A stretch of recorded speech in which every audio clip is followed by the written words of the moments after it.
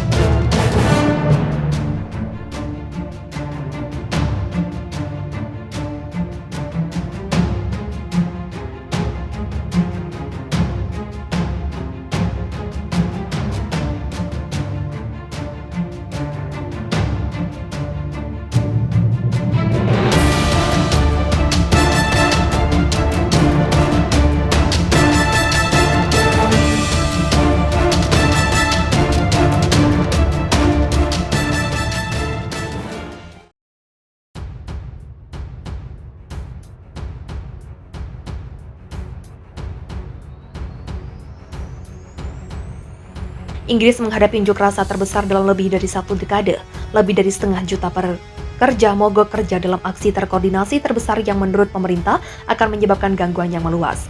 Adapun Eropa sedang berjuang melawan krisis biaya hidup dan pemogokan di Inggris terjadi sehari setelah lebih dari 1,27 juta orang turun ke jalan di Prancis. Meningkatkan tekanan pada pemerintah Prancis atas rencana reformasi pensiun. Pemogokan massal akan membuat sekolah tutup, militer bersiaga untuk membantu di perbatasan Inggris, dan tidak ada layanan kereta api yang beroperasi di sebagian besar negara.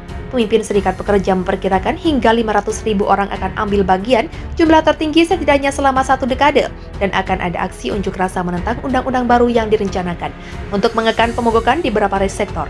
Setelah bertahun-tahun pemotongan gaji yang brutal, perawat, guru, dan jutaan pegawai negeri lainnya telah melihat standar hidup mereka hancur dan siap menghadapi lebih banyak kesengsaraan gaji, kata Paul Nowak, Sekretaris Jenderal Kongres Serikat Buruh, dilansir Reuters Kamis 2 Februari. Alih-alih merencanakan cara baru untuk menyerang hak mogok, Menteri harus mendapatkan kenaikan gaji di seluruh perekonomian, dimulai dengan kenaikan gaji yang layak untuk pekerja di seluruh sektor publik. Pemerintah mengatakan mitigasi akan dilakukan, tetapi pemogokan akan memiliki dampak yang signifikan. Kami di depan bahwa ini akan mengganggu kehidupan orang, dan itulah mengapa kami berpikir bahwa negosiasi daripada garis piket adalah pendekatan yang tepat, kata juru bicara Perdana Menteri Rishi Sunak kepada wartawan. Dengan inflasi mencapai lebih dari 10% level tertinggi selama 4 dekade, Inggris telah melihat gelombang pemogokan dari pekerja kesehatan dan transportasi hingga karyawan gudang Amazon dan staf pos Royal Mail. Mereka menuntut kenaikan gaji di atas inflasi untuk menutupi meroketnya tagihan makanan dan energi yang menurut mereka telah membuat mereka stres demi berjuang untuk memenuhi kebutuhan. Pada Rabu, sekitar 300.000 guru akan mengambil tindakan bersama dengan 100.000 pegawai negeri dari lebih dari 120 departemen, pemerintah, dan puluhan ribu dosen universitas dan pekerja kereta api. Minggu depan, perawat, staf ambulans, paramedis, penanganan panggilan darurat, dan petugas layanan kesehatan lainnya akan melakukan lebih banyak pemogokan, sementara petugas pemadam kebakaran minggu ini juga mendukung pemogokan nasional. Kehilangan sebagian besar pekerja sejak Agustus 2020. Industri perkebunan yang menyumbang 5% ekonomi Uni Eropa pun memberi peringatan, sebab akan ada 3 cerita tahun panen. Hilang tahun 2022, Perdana Menteri Uni Eropa untuk langsung mengambil alih pembicaraan bilateral dengan sejumlah negara guna menyelesaikan kekurangan pekerja di negara ini.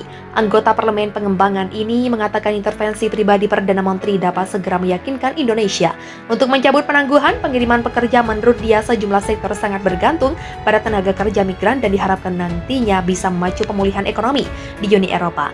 Perdana Menteri Uni Eropa harus turun tangan secara pribadi menangani penangguhan pengiriman pekerjaan asing dari Indonesia, baik untuk memperbaiki hubungan dengan Indonesia dan menunjang pertumbuhan ekonomi Uni Eropa untuk melawan anjloknya ekonomi global yang diperkirakan pada akhir tahun. Begitulah kata Lim dalam sebuah pernyataan seperti dikutip dari CNBC Mail pada hari Sabtu. Mantan Menteri Keuangan ini mencatat bahwa banyak bisnis domestik terpaksa mengurangi operasi mereka atau menolak pesanan baru karena kekurangan tenaga kerja, apalagi di tengah kondisi perekonomian saat ini, di mana inflasi serta dolar yang terus berdepresiasi. Belum pernah situasi seburuk ini sebelumnya, karena kita kekurangan 1,2 juta pekerja industri perkebunan dan industri sarung tangan saja menghadapi kerugian 21 miliar dolar. Itu bisa mencapai puncak lebih jika sektor lain dimasukkan ketua nasional. DAP ini mendesak Perdana Menteri untuk berhenti mendelegasikan persoalan ini kepada Kementerian Sumber Daya Manusia dan Kementerian Dalam Negeri dalam menyelesaikan masalah dengan Indonesia mengait gugatan di WTO. Wassalam.